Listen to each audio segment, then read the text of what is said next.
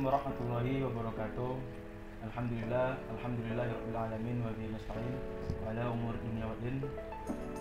Yang pertama dan yang paling utama, tidak lupa kita bersyukur kepada Allah Subhanahu wa taala yang selalu melimpahkan nikmat kepada kita semua, dan semoga kita semua dalam lindungan Allah Subhanahu wa taala dan dijauhkan dari segala macam penyakit dan mara bahaya. Baiklah, saya Aymar Amri dari jurusan Hukum Keluarga semester 6. Hari ini saya akan menyampaikan sebuah pembahasan materi dari mata kuliah advokasi yang bertentangan dengan hak dan kewajiban advokat. Di sini saya akan menjelaskan tentang hak dan kewajiban advokat. Yang pertama, saya akan menjelaskan bagian hak kebebasan dan kemandirian atau independen.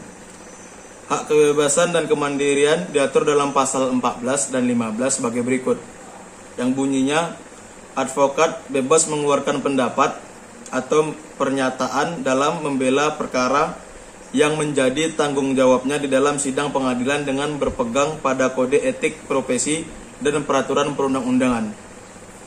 Dan ada satu lagi pasal 15 yang menjelaskan tentang advokat bebas menjalankan tugas profesinya untuk membela perkara yang menjadi tanggung jawab di dalam sidang pengadilan dengan berpegangan dengan kode etik profesi dan peraturan perundang-undangan. Kebebasan mengeluarkan pendapat adalah pernyataan-pernyataan atau baik secara lisan maupun tulisan dalam membela perkara yang menjadi tanggung jawabnya dalam sidang pengadilan sesuai kapasitasnya sebagai advokat. Sedangkan kebebasan dalam menjalankan tugasnya adalah upaya dirinya dalam melakukan pembelaan secara hukum baik di dalam maupun di luar pengadilan. Yang kedua ada namanya hak imunitas. Hak imunitas adalah hak kekebalan seseorang advokat dalam membela perkara yang menjadi tanggung jawabnya, bahwa ia tidak dapat dituntut secara perdata maupun pidana ketika menjalankan profesinya itu. Dalam pasal 16 dan 18 ayat 2 sebagai berikut. Advokat tidak dapat dituntut secara perdata maupun pidana dalam menjalankan tugas profesinya dengan itikat baik untuk kepentingan pembelaan klien dalam sidang pengadilan. Dan pasal 18 berbunyi, advokat tidak dapat dihentikan dengan klien yang dalam membela perkara klien oleh pihak yang berwenang dan atau masyarakat. Yang ketiga ada namanya hak meminta informasi.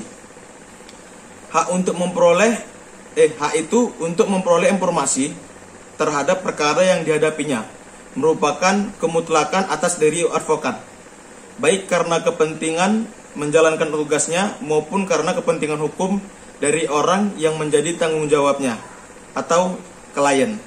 Hal ini dituangkan dalam pasal 17 yang berbunyi sebagai berikut. Dalam menjalankan profesinya, advokat berhak memperoleh informasi, data dan dokumen dari instansi pemerintah maupun pihak lain yang berkaitan dengan kepentingan tersebut yang diperlakukan untuk pembelaan kepentingan kliennya sesuai dengan peraturan perundang-undangan. Yang keenam ada namanya hak berkedudukan sama dengan penegak hukum lainnya.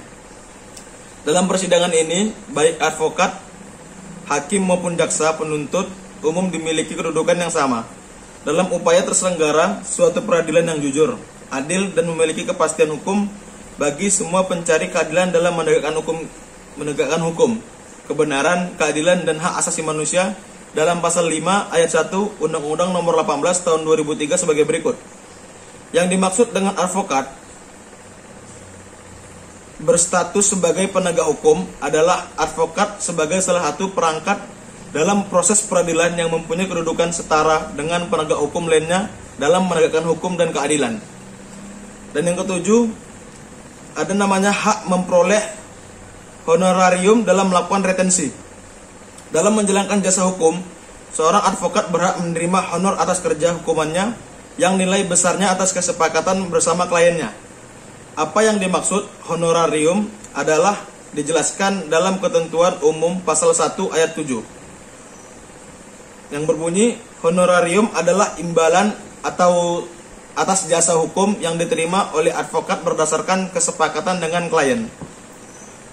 Kemudian pada bab 5 pasal 21 dirincikan sebagai berikut. Advokat berhak menerima honorarium atas jasa hukum yang telah diberikan kepada kliennya. Yang kedua, besarnya honorarium atas jasa hukum sebagaimana dimaksud pada ayat 1 ditetapkan secara wajar berdasarkan persetujuan kedua belah pihak. Adapun hak retensi merupakan hak seorang advokat untuk menahan surat menyurat dokumen tertentu ataupun menunda pekerjaannya dalam hal ketika kliennya ingkar janji dalam pembayaran fee atau honorarium kepada dirinya. Yang ke-8 ada namanya hak untuk melindungi dokumen dan rahasia klien. Kerahasiaan klien adalah sangat penting dijaga, baik demi kepentingan klien itu sendiri maupun hubungan dirinya dengan seorang advokat maupun hubungannya dengan hukum. Dokumen berupa surat-surat berharga yang diserahkan klien kepadanya tidak boleh berpindah tangan kepada orang lain, bahkan hanya sekedar untuk dibaca orang lain. Dalam Undang-Undang Nomor 18 Tahun 2003, pada pasal 19 dirincikan sebagai berikut. Yang pertama, advokat wajib merahasiakan segala sesuatu yang diketahui atau diperoleh dari kliennya karena hubungan profesinya kecuali ditentukan lain oleh undang-undang. Yang kedua, advokat berhak atas kerahasiaannya hubungannya dengan klien, termasuk perlindungan atas berkas dan dokumennya terhadap penyitaan atau pemeriksaan dan perlindungan terhadap penyadapan atas komunikasi elektronik advokat. Yang ke-9 ada namanya hak memberikan somasi. Somasi adalah salah satu yang biasa yang dilakukan seorang advokat agar pihak tertentu dapat memahami langkah hukum yang akan dilakukan oleh seorang advokat. Somasi dapat berupa mengingatkan terhadap pihak tertentu untuk melakukan sesuatu atau untuk tidak melakukan sesuatu. Dan yang ke-10, hak membuat legal comment atau legal opinion. Hak dan kewajiban advokat menurut pasal 14, 15, 16, 17, 18, 19, 20 Undang-Undang Nomor 18 Tahun 2003 tentang advokat adalah pasal yang pertama. Pasal 14, advokat bebas mengeluarkan pendapat atau pernyataan dalam membela perkara dan menjadi tanggung jawabnya di dalam sidang pengadilan dengan tetap berpegang pada kode etik profesi dan peraturan perundang-undangan. Dan lanjut pasal 15. Di pasal 15, advokat bebas dalam menjalankan tugas profesinya untuk membela perkara yang menjadi tanggung jawabnya dengan tetap berpegang pada kode etik profesi dan peraturan perundang-undangan. Dan pasal 16, advokat tidak dapat dituntut baik secara perdata maupun pidana dalam menjalankan tugas profesinya dengan iktikat baik untuk kepentingan pembelaan klien dalam sidang pengadilan. Dan pasal 17, dalam menjalankan profesinya, advokat berhak memperoleh informasi, data dan dokumen lainnya baik dari instansi pemerintah maupun pihak lain yang berkaitan dengan kepentingan tersebut yang diperlukan untuk pembelaan kepentingan kliennya dengan sesuai dengan peraturan perundang-undangan. Dan seterusnya pasal 18, 19, dan 20 bisa dicari atau di-searching di Google. Ke pembahasan selanjutnya, adapun kewajiban seorang advokat menurut Sukris Surmadi adalah sebagai berikut.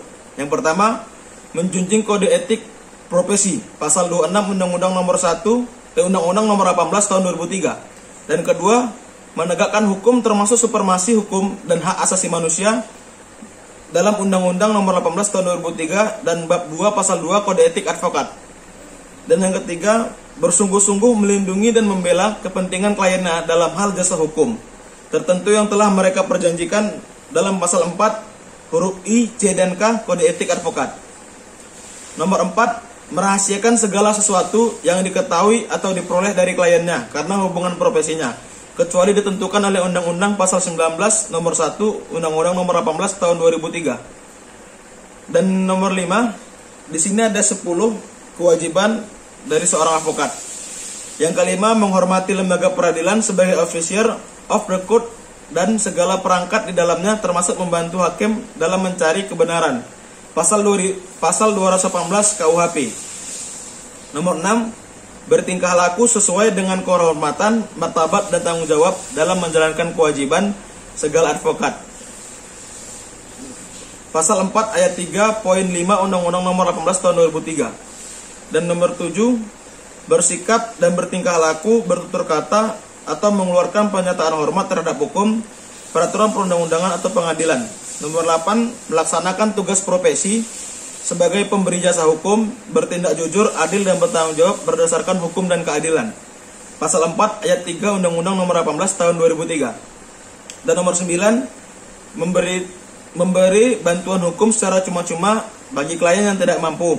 Dan nomor 10 yang terakhir, menggunakan atribut khusus dalam sidang pengadilan perkara pidana sesuai dengan peraturan perundang-undangan. Pasal 25 Undang-Undang Nomor 18 Tahun 2003 ayat 6. Selanjutnya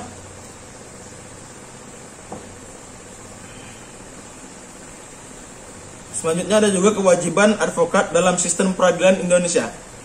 Pada dasarnya, kewajiban advokat merupakan profesi yang bersifat otonom karena profesi advokat merupakan profesi yang bebas.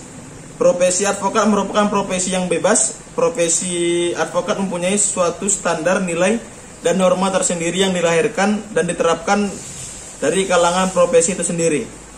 Dengan demikian, kewajiban pokok yang berkaitan dengan profesi ditetapkan oleh organisasi profesi itu tersendiri, yaitu tanggung jawab profesi hukum atau secara umum disebut dengan kode etik profesi.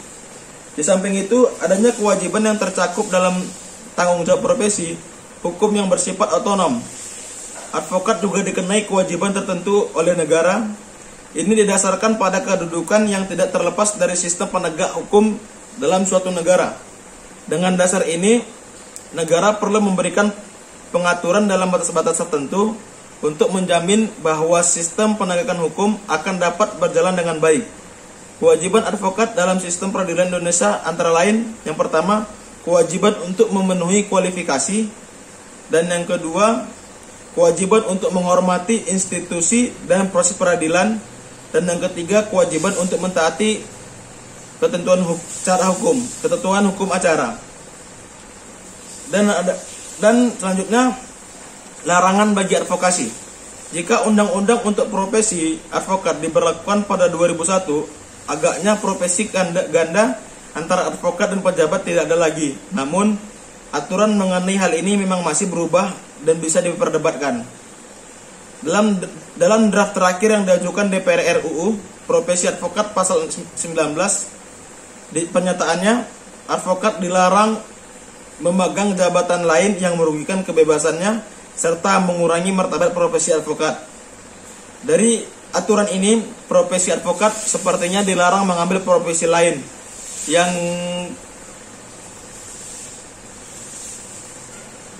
yang kredibilitasnya sebagai advokat. Jika demikian, bolehkah anggota advokat merangkap jabatan untuk peringkat yang terhormat? Pernyataan ini pernah dilontarkan oleh anggota DPR yang kebetulan berprofesi advokat. Anggota DPR ini tidak menganggap melakukan jabatan rangkap karena menurutnya jabatan sebagai anggota DPR merupakan jabatan sangat terhormat karena rakyat mewakili. Namun pernyataan anggota DPR tidak berlaku lagi jika mengacu pada RUU Profesi Advokat pasal 19 ayat 2. Bunyi dari pasal ini adalah advokat dilarang memegang jabatan lain yang meminta izin pengabdian sedemikian rupa sehingga merugikan profesi advokat atau mengurangi kebebasan dan kemerdekaan dalam melakukan profesinya. Baiklah, mungkin hanya itu yang bisa saya sampaikan. Kurang dan lebih saya mohon maaf. Wal akhir, assalamualaikum warahmatullahi wabarakatuh.